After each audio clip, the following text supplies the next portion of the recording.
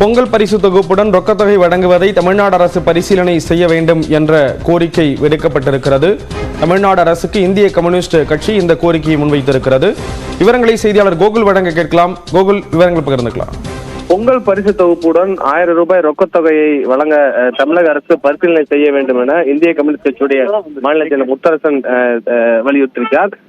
வரும் பொங்கல் விழாவிற்கு தமிழக அரசு 1 கிலோ பச்சரிசி, 1 கிலோ சர்க்கரை மற்றும் ஒரு முழு கரும்பு கொண்ட பரிசு தொகுப்பை வழங்குவதாக ஏற்கனவே அறிவித்திருக்கிறது. இந்த நிலையில நேற்றைய தினம் நிதி அமைச்சர் மத்திய அரசு போதுமான நிதியை தமிழகத்திற்கு இன்னும் வழங்காத காரணத்தினால் இந்த 1000 ரூபாய் ரொக்கத்தொகையை வழங்க முடியவில்லை என்ற ஒரு காரணத்தை தெரிவித்திருந்தார்.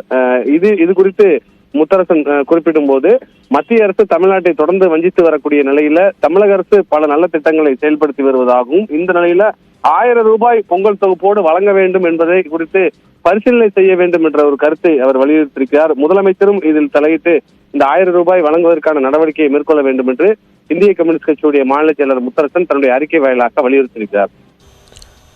தகவல்களை வழங்கியதற்கு நன்றி கோகுல்.